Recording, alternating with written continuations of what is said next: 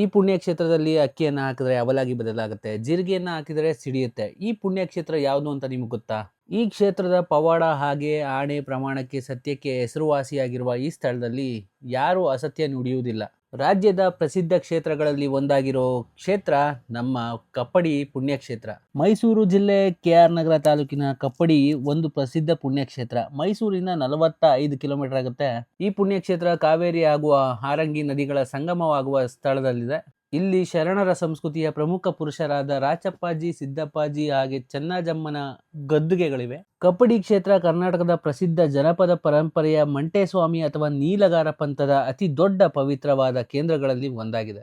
15ನೇ ಶತಮಾನದಲ್ಲಿ ಮಂಟೇಸ್ವಾಮಿ ಪ್ರಧಾನ ಶಿಷ್ಯರಾಗಿದ್ದ ರಾಚಪ್ಪಾಜಿಯವರು ಇಲ್ಲಿ ನೆಲೆಸಿ ಸಮಾಜ ಸುಧಾರಣೆಗೆ ಮತ್ತೆ ಭಕ್ತಿ ಮಾರ್ಗದ ಪ್ರಚಾರ ಮಾಡಿದರು ಅಂತ ನಂಬಲಾಗುತ್ತೆ. ಪ್ರತಿ ವರ್ಷ ಶಿವರಾತ್ರಿಯ ಸಂದರ್ಭದಲ್ಲಿ ಇಲ್ಲಿ ಅದ್ದೂರಿಯ ಜಾತ್ರೆ ಕೂಡ ನಡೆಯುತ್ತೆ. ಈ ಜಾತ್ರೆಯಲ್ಲಿ ನೀಲಗಾರರು ಮಂಟೇಸ್ವಾಮಿಯ ಕಾವ್ಯವನ್ನು ಹಾಡುವ ಮೂಲಕ ಕ್ಷೇತ್ರದ ಮಹಿಮೆಯನ್ನು ಸಾರ್ತಾರೆ. ಭಕ್ತರು ಇಲ್ಲಿ ಕಿಚ್ಚು ಹಾಯುವ ಹಾಗೂ ಕಂದಾಯ ಉತ್ಸವಗಳಲ್ಲಿ ಪಾಲ್ಗೊಳ್ತಾರೆ. ಕಪ್ಪಡಿ ಜಾತ್ರೆಯಲ್ಲಿ ಕಲ್ಯಾಣದ ಚಳುವಳಿಯ ಮುಂದುವರೆದ ಭಾಗದಂತೆ ಕಾಣುತ್ತೆ. ಇಲ್ಲಿ ಜಾತಿ ಮತಗಳ ಭೇದವಿಲ್ಲದೆ ಲಕ್ಷಾಂತರ ಭಕ್ತರು ಸೇರ್ತಾರೆ. ಇದೇ ತರ ವಿಡಿಯೋಸ್ಗಾಗಿ ನಮ್ಮ ಪೇಜ್ನ ಫಾಲೋ ಮಾಡ್ತಾ ಇರಿ, ಲೈಕ್ ಮಾಡ್ತಾ ಇರಿ, ಶೇರ್ ಮಾಡ್ತಾ ಇರಿ, ಕಮೆಂಟ್ ಮಾಡ್ತಾ ಇರಿ.